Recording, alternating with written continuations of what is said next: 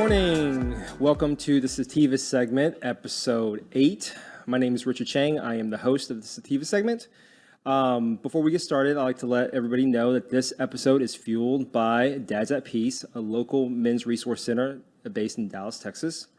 Today, we have a very wonderful guest that's taking the Texas lobbying market by storm.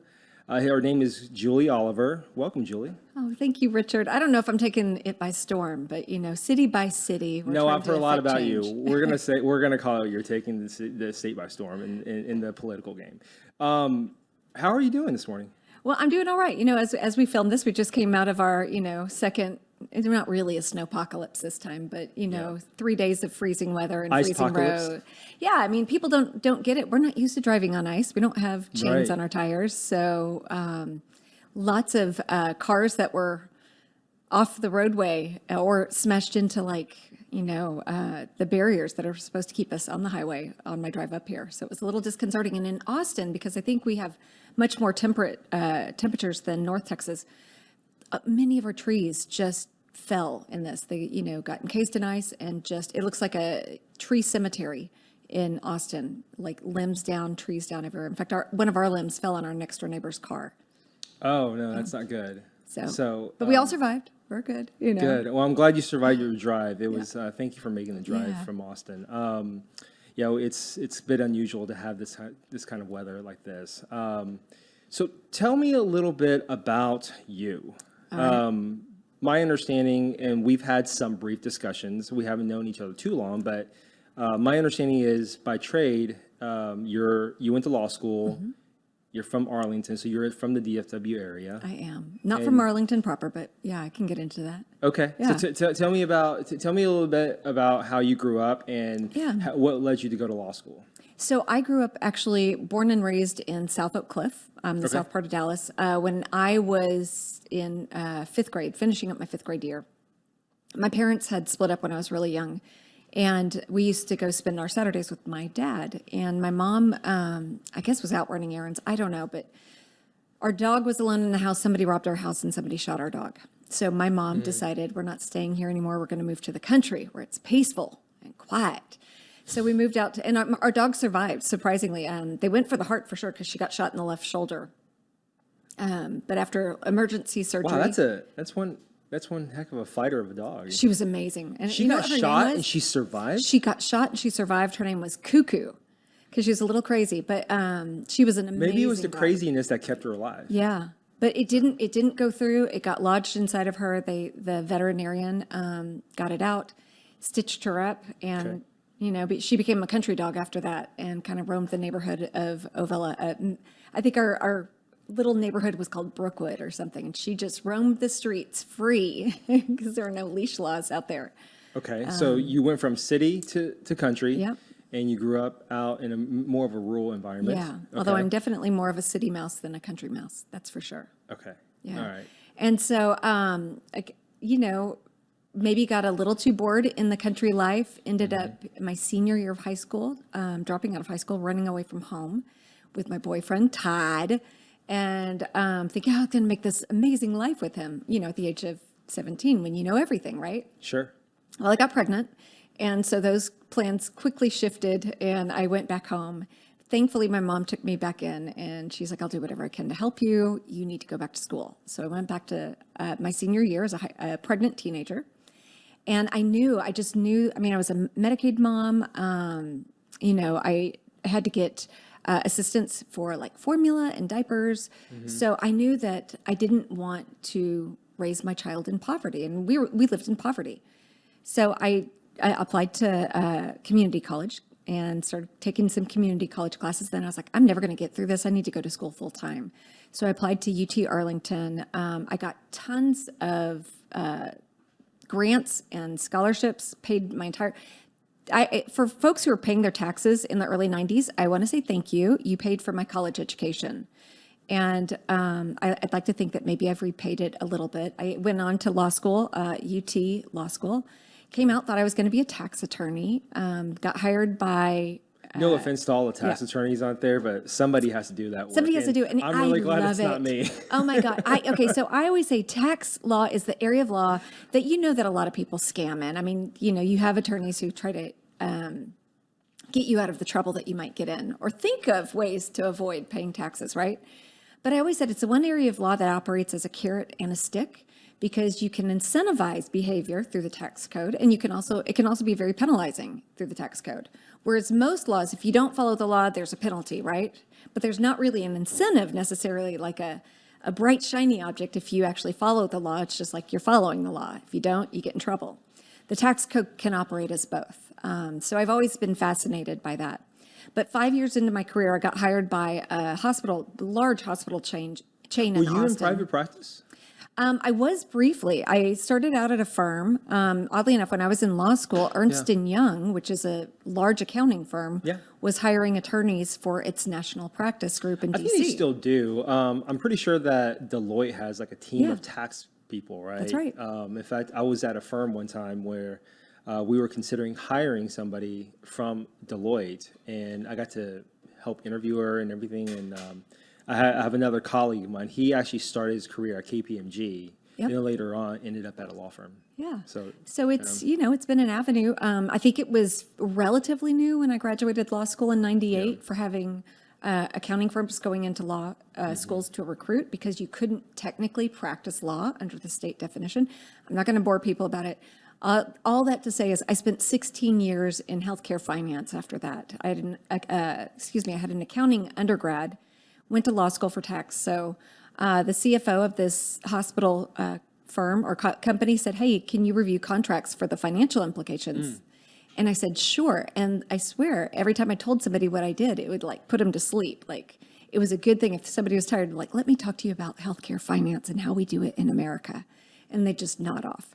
Did I ever tell you that I came out of the healthcare world? I think we talked about this. Did you really? Yeah, so I actually I fell into the cannabis world through the healthcare side. So for 17 years now, I've been a healthcare attorney. Did not know that. Yeah, I guess we never talked about that. So I actually started off my career as an occupational therapist for 4 years. Yeah, so I was a therapist for 4 years, and then I went to law school in 03 and got out in 06. From 06 through today, I've always done healthcare regulatory and corporate transactions, and then I didn't really fall into cannabis until 2013. Yeah, and I think that's where we picked up when you and I spoke the first time. We picked up on that. You started getting calls from around the country. Yeah, so I actually fell into the industry through the healthcare side. So I didn't know about your healthcare finance background, so I'm already learning something new about you. So. Yeah, I mean, Texas, as we all know, is the worst of the worst when it comes to healthcare. We have the most uninsured adults, the most uninsured children. Our property taxes through the county taxes try to shore up hospitals. They can't make it completely. Our federal income tax dollars go to other states that expanded Medicaid. And if you're lucky enough to have insurance, private insurance, and I tell people this because I was on the side negotiating, our hospital would negotiate with insurance companies.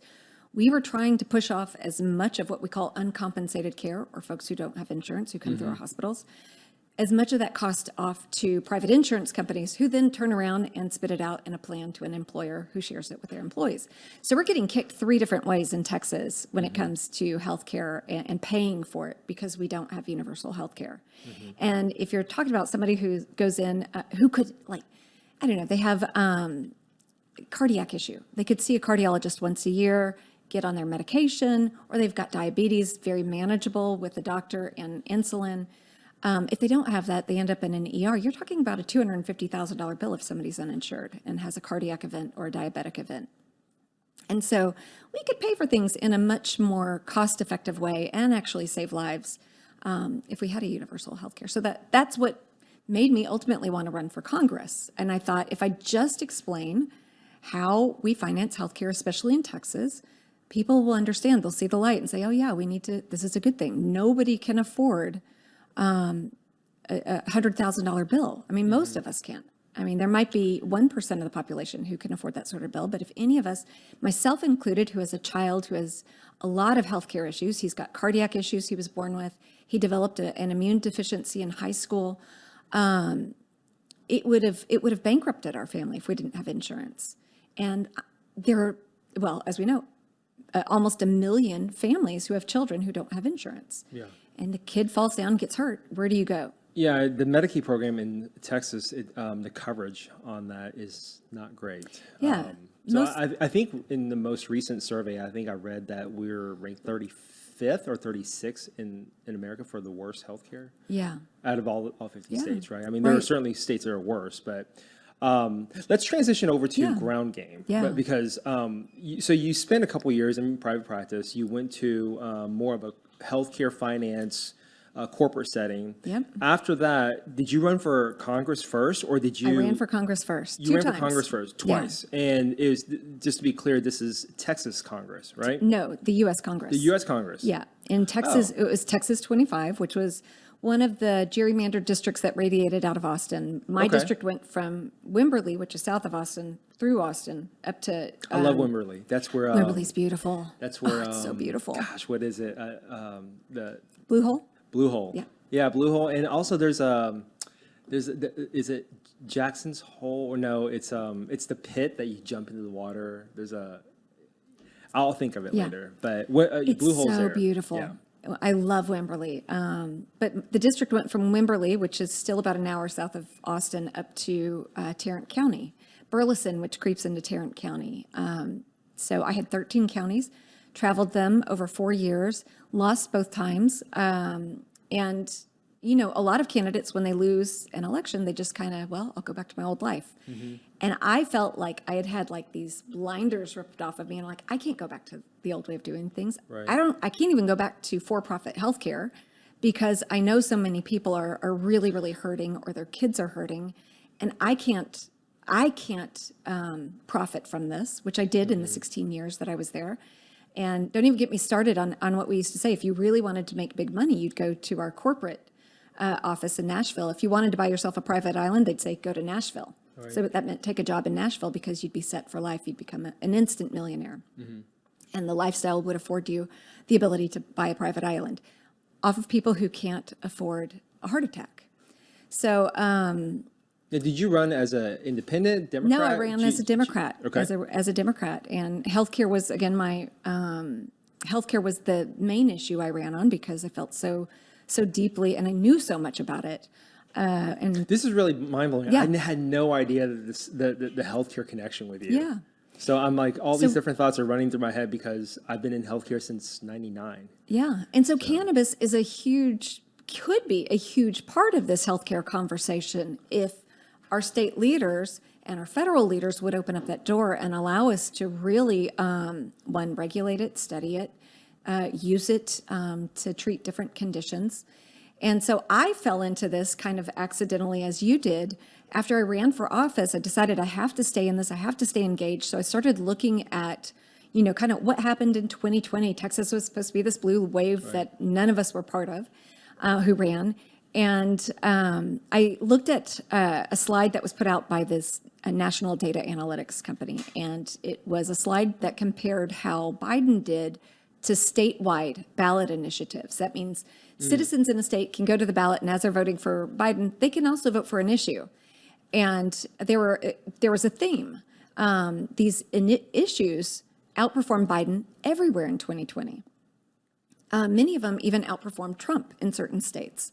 And you had things like, obviously, marijuana legalization, you had Medicaid expansion, you had, in Nebraska, they reformed payday lending.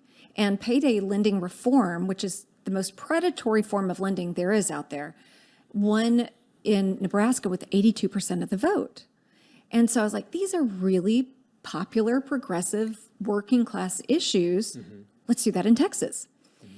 And I always say my partner in crime, who also ran for Congress in a district that spread from Austin to Houston. This is Mike. Mike Siegel. Okay. He said, well, we can't do that in Texas. You know, we don't have the ability to have a citizen-led ballot initiative like Florida has. Florida, in 2018, reinstituted the voting rights of the formerly incarcerated. They passed a $15 minimum wage in 2020. Missouri expanded Medicaid through the ballot initiative. So people went out and voted for this. And I thought, we need to do that here. So just to be clear, we do have ballot initiatives here in Texas. We do. And how does that work in comparison to other states? So if we wanted to do a statewide one, we can't as citizens. Only our legislature can put a statewide ballot initiative on. So every other November, if you vote in an odd year, like November 2023 this year, there will be a statewide constitutional amendment ballot initiative that is put forth by the state ledge. So they are the only ones that can do a statewide ballot initiative. I wish they would reform the laws or amend the laws so that we as citizens could collect signatures around the state and actually have direct democracy and have a voice in the policies that govern us. So if we can't do it that way, the only way to do it is through cities. And it has to be what is called a home rule charter city. That means under the Texas Constitution, the city has incorporated as a home rule city that has the power of the initiative. So I can go into a city, my own, we started in Austin, with a team of dozens of people. We go out and we collect signatures. And in Austin, we collected signatures to decriminalize cannabis and to ban no-knock warrants. And so we get a lot of questions, well, what does decriminalize mean? Does that legalize it? It doesn't. Legalization still has to come from the state. That's right. Decriminalize means that as a priority for your city, you're not going to have your police department hand out citations or arrests for misdemeanor possession. And so we took that model that we cultivated, and actually, I will say we were inspired by not only that slide that I saw that this data analytics firm put out. APD had already incorporated this into their training manual. APD, before we ever did this as a ballot initiative, put in their training manual that they will not cite or arrest people for misdemeanor marijuana possession. And so we took kind of the language from their training manual, put it into a city ordinance, and codified it so that it didn't matter if the police chief changed and you had a police chief who said, no, we're going to start handing out citations again for, Class B misdemeanors. You would have it as an ordinance or a law in your city that police weren't going to do that anymore. So just to clarify, when you're getting these municipal or city ordinance signatures, right? Do you pass that on to like a city council for them to codify it? We do. Okay. And sometimes they will, and sometimes they won't. Most cities, they have not. They push it off to the voter. They have a duty under their law, under the city charter, that if they don't adopt the signatures as law or the petition language as law, they have to push it on to the next general election. Okay, so but that's at the municipal level. How does the state ballot initiative, who initiates you said that it's initiated by the ledge, but who actually does it and how is that process initiated? It's actually done by state legislatures, and it has to be voted on, I believe, by 3/5 of the House and 3/5 of the Senate to go on to the ballot where you and I get to vote on it in a very low turnout election because I would say most people in Texas don't know that we have a November odd year election. But we do. We actually, in Texas, we have elections every 6 months, and it can be for a municipality. In May of this year, many cities around the state will have elections for their city council members. And in November of odd years, that's when we do our Texas constitutional amendments. So we have elections every 6 months in Texas, and it is a gift. It's a lot of voting. It's a lot of, it's not. If you think it's only twice a year. And if you have a runoff, maybe 3 times a year. But it's not, and it's such a gift. I hope the listeners, y'all who are listening or watching this, know what a gift it is to actually be able to cast. And it's not an imposition because so few people vote that you're there. Maybe you probably spend more time getting out of your car and walking in than you actually do voting. Yeah, and when I say it's a lot, meaning I don't think the opportunities to voice your thoughts or voice your vote is a lot. I think what happens is you see a lot of signs for campaigns, and it seems like it's always up. Right. And so there's only so many hours in a day, right? Yeah. And as you're driving down the road, you're seeing these signs. It's like, I didn't know there was still another election. But to your point, I mean, we really are only voting twice a year. Yeah. And so it's really only twice a year that we get to voice our thoughts and voice our desires, right? And to your point, I think I even for myself, I didn't know that we had really that there was a November vote on odd years. I actually didn't know that. Yeah. So, It's typically about 3% of registered voters. That would be a good year. Show up to vote. yeah, And if that's you a think very about it, minor number. I have to tell you, I mean, I've had people, in November of 2021, I can't remember if there were like 10 constitutional amendments. And these are things that amend our Texas Constitution. So it is literally the law of the land. The state ledge cannot come in and do a law that would supersede it because it's embedded into our Constitution. And I'll give you an example. And most people freak out. They freak the heck out when you say income tax. But in November 2021, we voted as citizens on a constitutional amendment to make sure that we would never have a state income tax, which means everybody pays a wealth tax every year in property taxes. A wealth tax is the value of your home, and if you were a renter, your landlord is paying that wealth tax on the value of the property. And guess what? Landlords are not benevolent. They pass that along to the renters. So renters are paying property taxes. Homeowners are paying property taxes. It's an annual wealth tax that is there regardless of whether you have income or you don't. And I was really surprised that the 65 and older crowd, the folks who are retired, who have a very fixed income, voted to make sure that we didn't have an income tax. Because if you're 65 and older, you're going to pay a wealth tax either through your rent or your mortgage. Not even your mortgage, because you could have your house pay off. You're still going to write that check to the county every year. But if you are 65 and older and on a fixed income, you may have no income tax. In Texas, you are now assured of paying a wealth tax for the remainder of your days in Texas. That's right. Yeah. That's right. So let's talk a little bit about ground game. How did you start ground game? So I looked at that slide and I said, Mike, can we do this here in Texas? And he goes, no. And so I thought the wind kind of came out of my sails for a little bit. And he goes, except for at the city level. Did you come up with a name? Mike and I actually came up with it together. And it was really weird because we were both thinking of we want something that's, very organic sounding, or grassroots organizing, without using the word grassroots. And we also I know I've used the word grassroots with you as we were discussing, as we were talking about you coming on. But you used a term that was I guess I'm not really as familiar with. You used the term grassroots change. Yeah. So tell me about it. Does that tie into your mission statement, or how did you come up with the concept of, well, we're going to use a grassroots approach, but it's really the purpose to initiate change? Yeah, well, I will say that because Mike and I ran these very scrappy congressional campaigns in districts that were not favored to have a Democrat win, the only thing that we could do is grassroots organizing.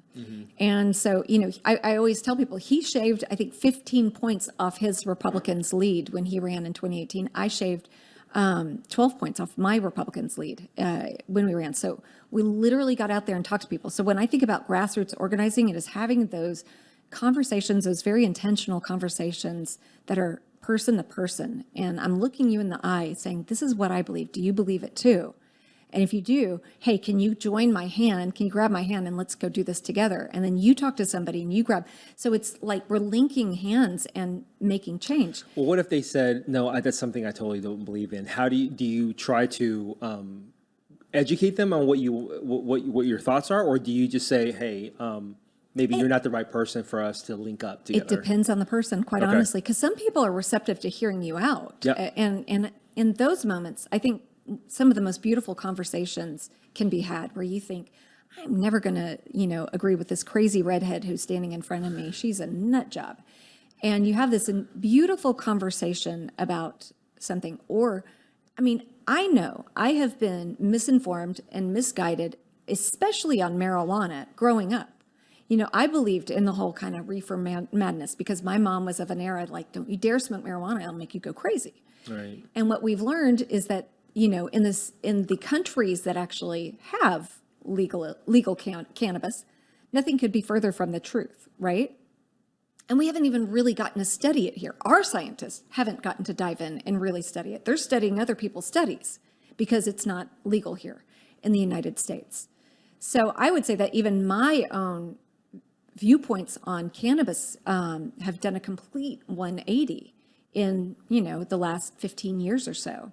Did you hear about the federal bill that was recently filed about descheduling marijuana from a 1 to a 3, and for the sole purposes of, well, not the sole purpose, but one of the primary purposes is for research? Yeah. Did you hear about that? Yes, I did. And I think personally, I think marijuana should be descheduled. End of story. Sure. Alcohol is far more harmful than cannabis is. And I don't want to dismiss, everybody always wants to point to haven't you seen that one report that says there could be a causal link between this and schizophrenia? And their scientists, very reputable scientists, said, well, we can't even really study that. We don't know if somebody had a predisposition to schizophrenia that was genetic, because most markers for schizophrenia are genetic. They aren't some sort of external agent comes in and makes you suddenly schizophrenic. It's a genetic predisposition, and that maybe cannabis hastened the symptoms of schizophrenia. But it certainly, we haven't even really been able to study, is there really a causal link here? Are you familiar with the Victor Licata story with the Agora files? I'm not. Way back in the day when Harry Anslinger, he was in charge of the Bureau of Narcotics, and then his role changed because alcohol's legal status changed. So there was this individual who apparently murdered his entire family. His name is Victor Licata, and I think the message was he did that because he murdered his entire family because of cannabis, because he smoked up, right? And it wasn't until later on that they did autopsies on the people he killed, or autopsy on him, and it turned out that he had schizophrenia that nobody ever talked about. Yeah. It just reminded me of that when you mentioned schizophrenia, that it's a mischaracterization of what the truth really is. Tell me about ground game and how it's connected to cannabis, because we've talked about politics, we've talked about your efforts with Congress, we've talked about grassroots, but why is ground game dedicated towards cannabis? Well, cannabis is very, very popular. I mean, it really is. The legalization or the decriminalization or the deschedulization of cannabis is an incredibly popular issue that the majority of Americans agree upon. And in fact, the majority of Texans agree that we should have legalized marijuana. The majority of Republicans believe cannabis should be legalized in our state. And that can range from, medical marijuana all the way up to full rec, right? So we found that this is a fabulous tool to get people also out to vote. So you can kill two birds with one stone. We know, again, that at the state level and at the federal level, we vote to elect people. Hopefully they have our best interests at heart. Frequently they don't. They either have what I call their base, which is the people who elect them in a primary, or they have their donors' interest at heart. And don't get me wrong, money is a big player in politics. I think that goes without saying. It's a very, very, very potent enticement for somebody running for office if you could get some easy cash to fund your campaign, and then you got to pay your dues after you receive that cash, right? So if our state legislators and our federal legislators aren't willing to have the courage to actually legalize this, let's do it at the city level. And what we have found is that it is very popular. We haven't lost an election on marijuana decrim yet. We've had it in 6 cities. Austin in May of last year. This past and this November. goes back to the whole ballot initiative. Ballot initiative. So I just want everybody to hear out there why don't I explain what is a ballot initiative and what does it look like? And again, it's only what's called a home rule city. So you have to have a city charter that allows for the power of the ballot initiative. So if you Google, let's say Killeen City Charter, you'll find something that's a long document. And if within that document, you do a search and find for initiative. If the city has the power of the initiative, that's your guideline. So it tells you have to collect so many signatures of registered voters of that city. So if I live in Austin and I travel to Killeen, I can't sign that signature for the Killeen folks. I can only sign it for the Austin folks because that's where I'm registered to vote. And every city charter is different. So, you might have a requirement of, let's say, 5% of your registered voters or 15% who voted in the last mayoral election. I mean, it can change literally city to city. Well, then that takes some calculation, right? Because then you're like, okay, well, how many people voted? Then you take that number, you multiply it by 0.15, and you're like, okay, well, I need 300 signatures or whatever it is. How do you actually get the signatures? Do you actually send it out via email blast, or do you go knock on the door? No. So in any city in which we've worked, we realized that we can't come and helicopter into a town and say, hey, y'all need this. So we talk to people the connections that we've made typically in these cities from our congressional runs and say, hey, do you think this is something that your city would be interested in? And if so, would you be interested in partnering with us to lead this initiative? And so far, nobody said no yet.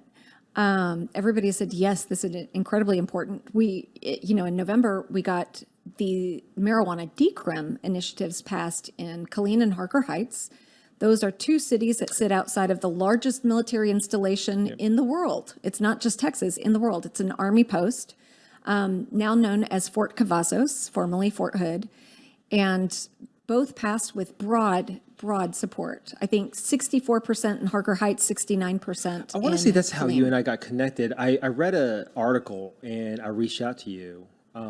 It was because of the Killeen story. Yeah. So, but that happened in Denton as well, in Elgin, Denton, right? Yeah, and a tiny little town outside of Austin. We call it Elgin, and I know it has should have a soft G. Is it Elgin? I'm sorry. No. It's just Austin mispronounces everything. It's a soft G because it's followed, G followed by I should be J, but we call it Elgin. I'm sure it had to be somebody's name, and that's probably why it's Elgin. But a tiny little town, it passed with broad support. College towns, obviously, we did San Marcos and Denton, obviously passed with broad support. At San Marcos, it passed with 82% of the voters supporting it. That's amazing. That's a really high percentage. High percentage. The only city that beat it was Austin. We passed it at, I think, 85.5%. I think the average, I want to say it was about a 70% approval rating in 2015 when Texas passed the Compassionate Use Act. Yeah. But to get up to 82, 85%, it's either a reflection of geography or it's a reflection of how times have progressed since then. Oh, right? I think both. I think both. So we collect these signatures. Once we feel like we have the right number of registered voters' signatures, and we have to match it to the voter file to make sure that somebody's a registered voter. We turn it into what's called the city clerk, city secretary. Depends. The title changes depending on the city.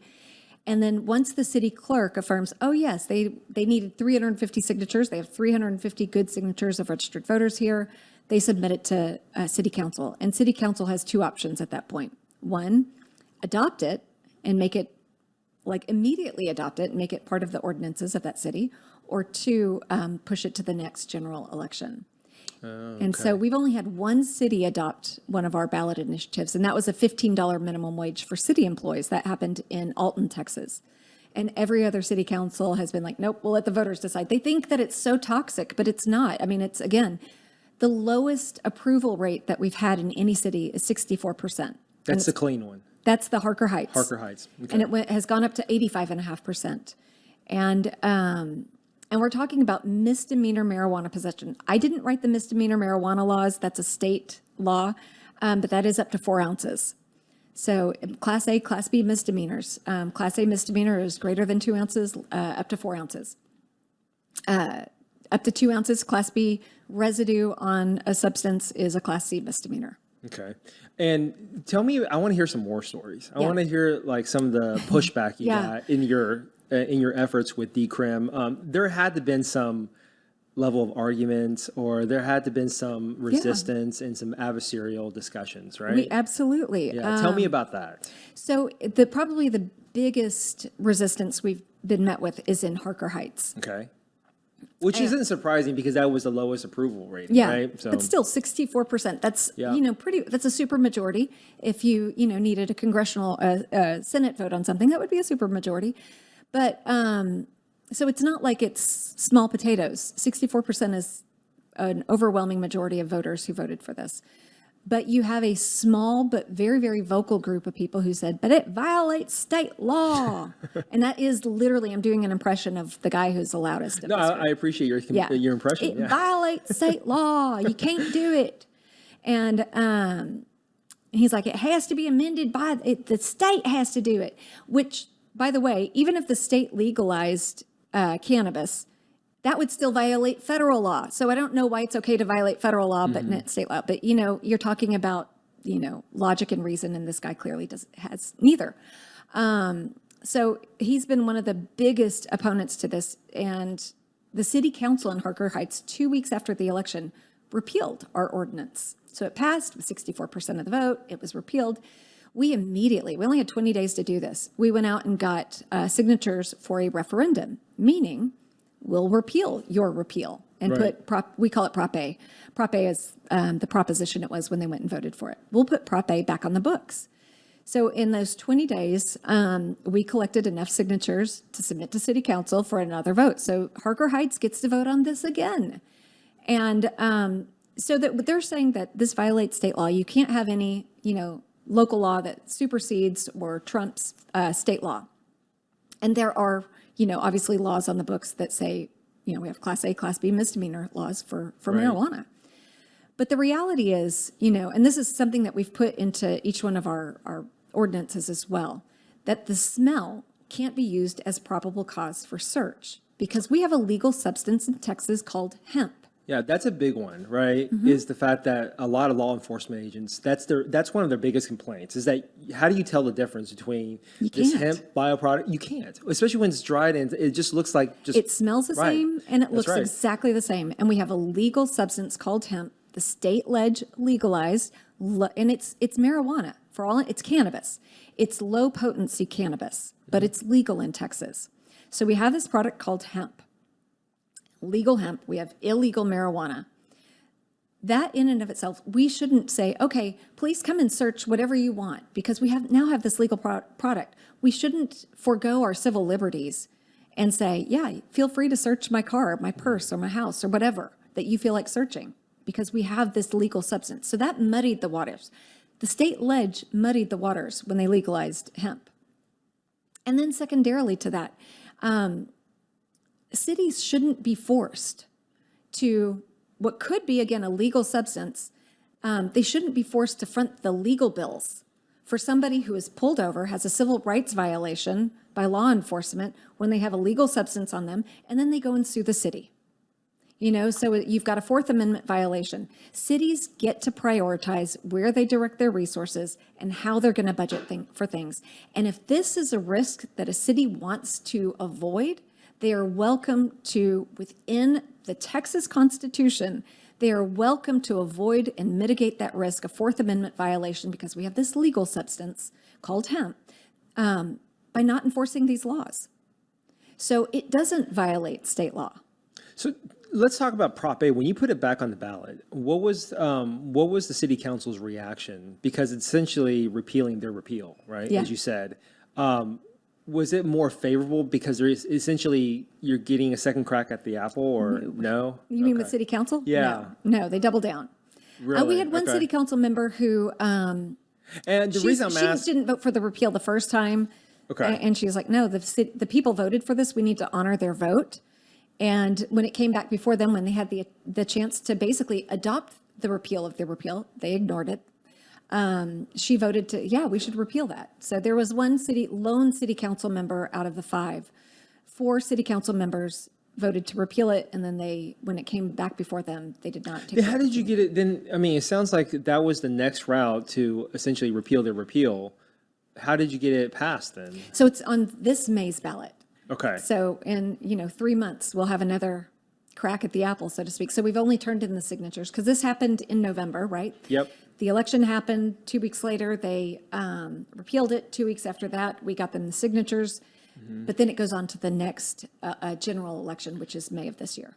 So as of right now, it still hasn't been decriminalized. Correct. Well, under state law, it should be, or actually, I should say, under their city charter, it should be. Okay. But they are not operating as if it is. Okay. So let me ask it a different way. Yeah. If you were to be in possession in Harker Heights, you could be cited or if not arrested. Yeah, and if you were, I would encourage your defense attorney to say this has been decriminalized.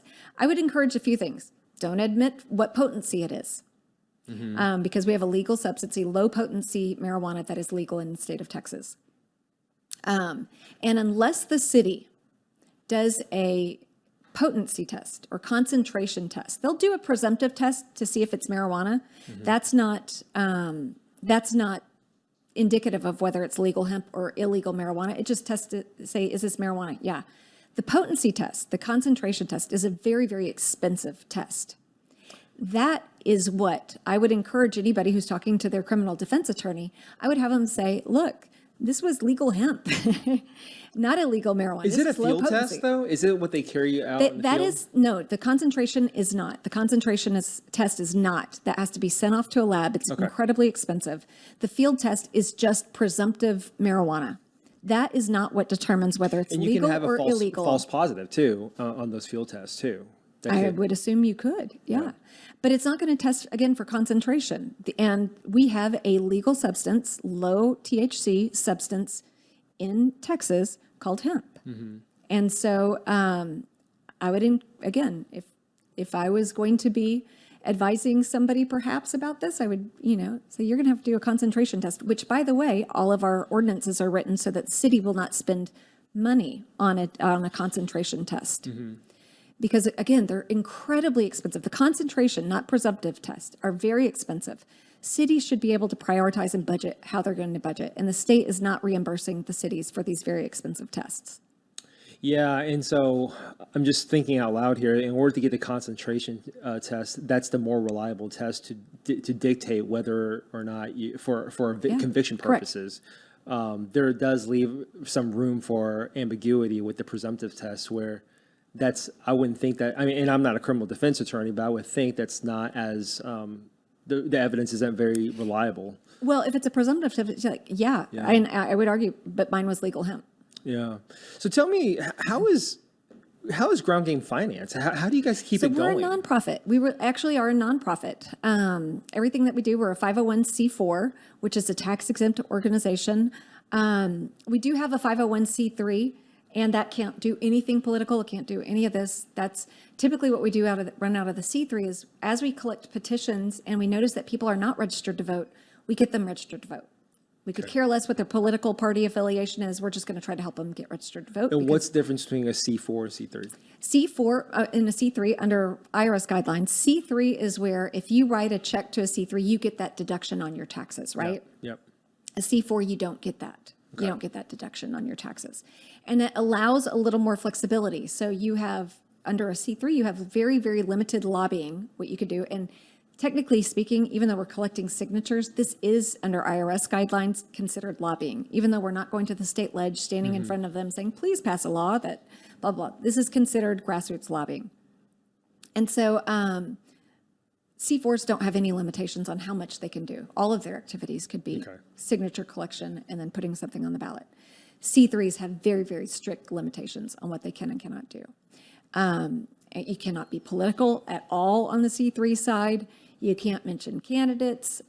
It's just truly get out the vote efforts, letting people know that there is an election. Again, there's some benefit to letting people know that there's a May election and this is what you get to vote for. You can vote for mayor, you can vote for city council members for these places, and this is the ballot initiative. You can't advocate it for or against them, but you can let people know that there is an election so that they go out and vote. They can make their own decisions about who they vote for or what they vote for.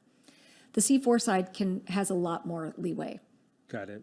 So we rely on the generosity of donors is all. That's a very long way of saying that. Yeah, and sure, you accept donations. We do. To keep Ground Game going. Yep. So let's shift over a little bit about the industry itself. Yeah. How do you see the industry of cannabis evolving, both politically and non-politically, in your opinion? Well, we have now, every state around us has some form of legalization, like either a real medical marijuana program or a full recreational. New Mexico just did that recently. Aren't there like 3 states that doesn't have anything, like Idaho, Kansas, and Nebraska? That would probably be right. There are so few states that don't have, although they lump Texas into those. They do, depending on which source you talk to, right? It's because our compassionate use program, so for folks out there, I'm sure y'all know what the Texas compassionate use program is, TCUP. It's a sliver of what a real medical marijuana, a real medical cannabis program would be. So the state ledge will only allow you to use certain potency, again, low potency marijuana for certain conditions. Epilepsy was the first one to get ratified by our state. And then it went to terminal cancer. Now it's all cancer. Also now PTSD. Again, low potency cannabis can be used to treat PTSD. And I've talked to so many veterans who said, hey, I was in a state where they had a real medical marijuana program. I came back to Texas and your compassionate use program is garbage because it's so low potency. Which it got raised a couple years ago from 0.5% to 1%, and Yeah, the it's state still was very really boasting about the fact that we did such a great thing by increasing it to 1%. It's very, very low. Yeah. And, everybody was like, well, the marijuana people are smoking today is not what we smoked in the 70s. The marijuana of the 70s was typically, about 5%. THC, I think it's gone up to about 20%, 15 to 20% nowadays if you're smoking flower, and concentrates can be up to like 90% THC, which is, you're talking mind-altering stuff. But, so this is a sliver of what people were smoking in the 70s. So our teacup program is not a real medical marijuana program. So I want to be really clear about that. We don't have a medical marijuana program. We have what's called teacup. So every state around Texas has some sort of either real medical marijuana or full recreational program. I think eventually, if Texas wants to be the beneficiary of the tax revenue from this multi-billion-dollar industry, we need to legalize it. And I think the stages for that are a real medical marijuana program. I don't think that Dan Patrick is going to wake up someday and say, yeah, we should do full rec. I really don't. He doesn't even like a real medical marijuana program, but I think his arm could be twisted. I get asked this all the time. When are we going rec? And what is your opinion on? Do you think we're going to go rec before federal does, or vice versa? I think we will. We will be the last ones going rec. Now let me say this with my old campaign hat on. I'm not speaking as a ground game person right now. Right. Just as long as Republicans are in office in Texas, we will not have a recreational. When I say in office, as long as Republicans are leading and have the seats of lieutenant governor, which is the only seat that brings legislation to the floor in the Texas Senate, is the lieutenant governor. So as long as a Republican sits in the speaker seat, and as long as we have a Republican seated as lieutenant governor, and as long as we have a Republican governor, we are not going to see recreational. So do you think we would legalize Gauntlet thrown down. Do you think we have a higher chance of federal legalization before state legalization? Yeah. Okay, so that's what I've always said, is that I don't see Texas legalizing it for rec reasons or adult use. If we were to ever get adult use, it would be because it got legalized on the federal level. And by that nature alone, it got passed down to Texas. That's just my opinion. I always say I could be wrong. In fact, I'm more wrong than I am right many times with these predictions. But that's just my personal opinion. I think you're right on this one. I think you're right. I think, stranger things have happened, but I don't think that, Dan Patrick is suddenly going to, see the light and be like, yes, we should have adult use. Well, the history doesn't show it. How about that? No, the history does not show it. And I suspect until the cannabis industry starts writing as large checks as, let's say, historically, the cigarette industry or the alcohol, the distributors of alcohol have done, or the sheriff's organizations have done, or the private prison industry has done, until the cannabis industry starts doing that, we're not going to probably have that. And I'm glad you said adult use, because people are like, you just want anybody to do it. No, I don't. There are studies that show that a developing brain, so an adolescent brain, should not use cannabis unless they have epilepsy and it is under the charge of a doctor. But no, recreational use of an adolescent, I do not advocate for that. And I want to be really clear, but I also don't advocate for adolescent use of cigarettes or alcohol. Sure. But adults should be able to make up their mind about what substances they're going to put in their bodies as long as they are safe to their community. Meaning that adult, once they take it, they're not going to go out and do something that's harmful. As we have seen with alcohol when somebody gets behind the wheel of a car. You know what I always find interesting are the retirees at assisted living facilities and nursing homes. Some of those people are some of the biggest consumers. Yeah. They're just like, I have, they're dealing with their pain. Yes. And sometimes they just don't care. They're just like, what are you going to do? Come and arrest me? Well, and I want to share with listeners, our compassionate use program does not address pain. And no, it doesn't. So in fact, I had someone ask me that, like, my pain is X. How can I get my hands on teacup? I'm like, you can't. You better find another qualifying condition to qualify under. Go to Colorado or New Mexico. Or you better tell your physician that you have PTSD under some form, right? Yeah. So. Pain is not a covered. And I will tell you, after campaigning for 4 years, I did hear that was I was so shocked the first time I went and talked to a veteran, and I said, well, I'm running for Congress. I mean, this is when I was literally door knocking, and a veteran came out, and I'm a veteran, and I don't feel like anybody's ever done anything for me. I said, well, you've got me here on your porch. What can I do if I get elected? He goes, I need you to get my disability claims met in a timely fashion. I've been waiting years to have them addressed by the VA. It's like, okay, can do. And he's like, and you need to legalize marijuana. Oh. Two things. And and so I started asking veterans, like, is this something you're interested in? And yes, oh my God, yes, please, please. So veterans, and you're going to hear the cranky old, white, sorry, no offense to the white folks who actually who aren't cranky, but you will see, and I have encountered a few in this decrim initiative who are cranky, like, no veteran wants that. And that is so not true. Veterans that I talk to have been like, yes, please. And by the way, I was a paratrooper in the Army. My back is so jacked up. I have to get pain shots every other week. It's either that or surgeries, or get addicted to opioids. Wow. Yeah. So, like, yes, by all means, you paratrooped for our country. You should be able to smoke. Right. That's right. I'm so sorry. If you're willing to jump out of a plane, you should be able to smoke to light it up. In a war-torn country, you jumped out of an airplane. This guy was like, I had 400 missions where I jumped out of an airplane, and my back is jacked. Right. I'm like, yes, you deserve. If I can thank a veteran, I will. I always say, if you want to thank a veteran, legalize marijuana. Yeah, right. That's pretty funny. So what's next for Ground Game? Because we in the interest of time, we do have to wrap it up. But I want you to, if you had one or two sentences, sum up what's next for Ground Game in the next year or two. So we're still doing the ballot initiatives across the state. We're going to go city by city. We have in San Antonio, we just wrapped up our signature campaign. For voters in San Antonio, you get to vote on misdemeanor marijuana decrim, in May of this year. And it coincides with the city election, so you also get to vote for city council members and mayor. In El Paso, we have a climate change initiative. And in Harker Heights, if you live in Harker Heights, the referendum. It's coming up. I wish I'd come up with this term, but I didn't. It was a group called Mano Amiga out of San Marcos. A referendum is coming up in Harker Heights. I'm going to steal that. Isn't that a good one? That is, yeah. They are much more clever than I can ever be, but referendum. That's great. In Harker Heights. But we'll do this. I mean, I would love to come back to Dallas. This is my hometown, I would love to do this in Dallas. Or DeSoto, or Duncanville. I grew up on the south side of town, so my eyes are on the south parts of Dallas. This feels like I'm in Oklahoma right now, so they already have medical marijuana. Yeah, no, thank you for all your efforts. I really, appreciate what Ground Game is doing. I know it has some great causes. I read about you guys about a year ago, but then I didn't really learn more about it until the Harker Heights clean situation.